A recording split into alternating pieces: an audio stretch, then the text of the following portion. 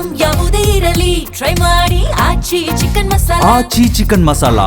ರಾಜ್ಯದಲ್ಲಿ 2 ಕ್ಷೇತ್ರಗಳ ಉಪಚುನಾವಣೆಯ ಕಾವು ದಿನೇ ದಿನೇ ಜಾಸ್ತಿ ಆಗ್ತಾ ಇದೆ. ದಾವಣಗೆರೆ ದಕ್ಷಿಣ ಮತ್ತು ಬಾಗಲಕೋಟೆ ವಿಧಾನಸಭಾ ಕ್ಷೇತ್ರಗಳಲ್ಲಿ ಶತಾಯಗತಾಯ ಪ್ರಯತ್ನ ಮಾಡಿ ಗೆಲ್ಲಲೇಬೇಕು ಅಂತ ಪಣ ತೊಟ್ಟಿದೆ ಕಾಂಗ್ರೆಸ್ ಮತ್ತು ಬಿಜೆಪಿ.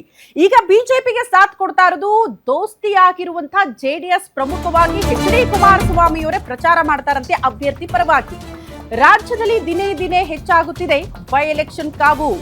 ಅಭ್ಯರ್ಥಿಗಳ ಪರವಾಗಿ ಪ್ರಚಾರ ಜೋರಾಗ್ತಾ ಇದೆ. ಉಪಚುನಾವಣೆ ಕದನದಲ್ಲಿ ದೋಸ್ತಿಗಳಿಂದ ಪವರ್ ಶೋ ಆಗ್ತಾ ಇದೆ. ಬಿಜೆಪಿ ಅಭ್ಯರ್ಥಿ ಗೆಲ್ಲಿಸಿಕೊಂಡು ಬರಲೇಬೇಕು ಅಂತ ಸ್ವತಃ ಈಗ ಜೆಡಿಎಸ್ ಅಧಿಕೃತವಾಗಿ ಅಖಾಡಕ್ಕಿಳಿಯೋದಕ್ಕೆ ಸಜ್ಜಾಗ್ತಾ ಇದೆ. ಮೈತ್ರಿ ಗೊಂದಲ ಅಪಸ್ವರದ ನಡುವೆ ಬಿಜೆಪಿಗೆ ಜೆಡಿಎಸ್ ಪವರ್ ಕೊಡ್ತಾ ಇದೆ. ಸ್ಟಾರ್ ಕ್ಯಾಂಪೇನರ್ ಆಗಿ ಬೈ ಎಲೆಕ್ಷನ್ಗೆ ಎಚ್.ಡಿ. ಕುಮಾರಸ್ವಾಮಿಯವರೇ, ಕೇಂದ್ರ ಸಚಿವ ಎಚ್.ಡಿ. ಕುಮಾರಸ್ವಾಮಿಯವರೇ ಎಂಟ್ರಿ ಕೊಡ್ತಿದ್ದಾರೆ.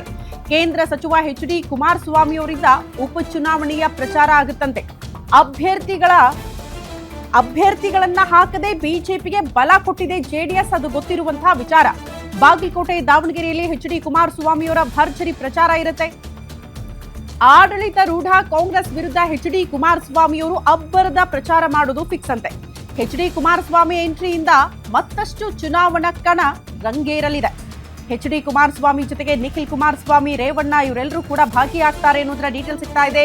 ಶರಣ್ ಗೌಡ, ಕಂದಕೂರ್ ಸೇರಿದಂತೆ ಹಲವರು ಬಿಜೆಪಿ ಅಭ್ಯರ್ಥಿ ಪರವಾಗಿ ಪ್ರಚಾರ ಮಾಡೋದಕ್ಕೆ ಸಿದ್ಧರಾಗ್ತಿದ್ದಾರೆ.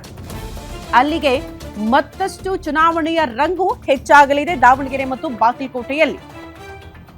ಈ ಹಿಂದೆ ಎಲ್ಲ ಜೆಡಿಎಸ್ನ ಅಭ್ಯರ್ಥಿ ಇರ್ತಾ ಇದ್ರು, ಬಟ್ ಈ ಬಾರಿ ಕಂಪ್ಲೀಟ್ ಆಗಿ ಬಿಜೆಪಿಗೆ ಸಪೋರ್ಟ್ ಮಾಡೋ ಮೂಲಕ ಬಿಜೆಪಿ ಅಭ್ಯರ್ಥಿ ಪರವಾಗಿ ನಾವು ಪ್ರಚಾರ ಮಾಡ್ತೀವಿ ಅಂತ ಎಚ್.ಡಿ. ಕುಮಾರಸ್ವಾಮಿ ಅವರು ನಿರ್ಧಾರ ಮಾಡಿದ್ದಾರೆ. ಹಾಗಾಗಿ ಒಂದಷ್ಟು ಪ್ರಚಾರ ಕಾರ್ಯತಂತ್ರಗಳು ಕೂಡ ಬಿಜೆಪಿ ಪಾಳೆಯದಿಂದ ಸಿದ್ಧ ಆಗ್ತಾ ಇದೆ ಅನ್ನೋದರ ಡೀಟೇಲ್ ಸಿಗ್ತಾ ಇದೆ.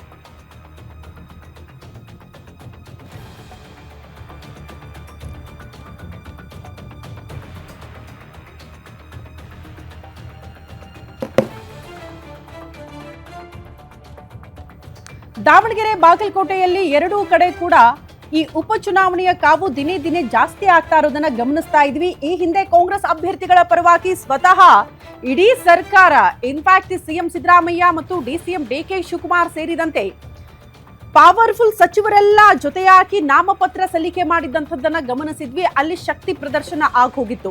ಇದಾದ ಬಳಿಕ ಬಿಜೆಪಿ ಪಾಳ್ಯದಲ್ಲೂ ಕೂಡ ಸ್ವತಃ ಬಿಜೆಪಿಗೆ ಬೂಸ್ಟರ್ ಡೋಸ್ ಆಗಿರುವಂತಹ ಯಡಿಯೂರಪ್ಪನವರು ಒನ್ಸ್ ಅಗೇನ್ ಅಖಾಡಕ್ಕಿಳಿಯೋ ಮೂಲಕ ಅಭ್ಯರ್ಥಿಗಳ ಜೊತೆಗೂಡಿ ನಾಮಪತ್ರ ಸಲ್ಲಿಕೆ ಮಾಡುವ ಸಂದರ್ಭದಲ್ಲಿ ಹಾಜರಾಗಿದ್ರು.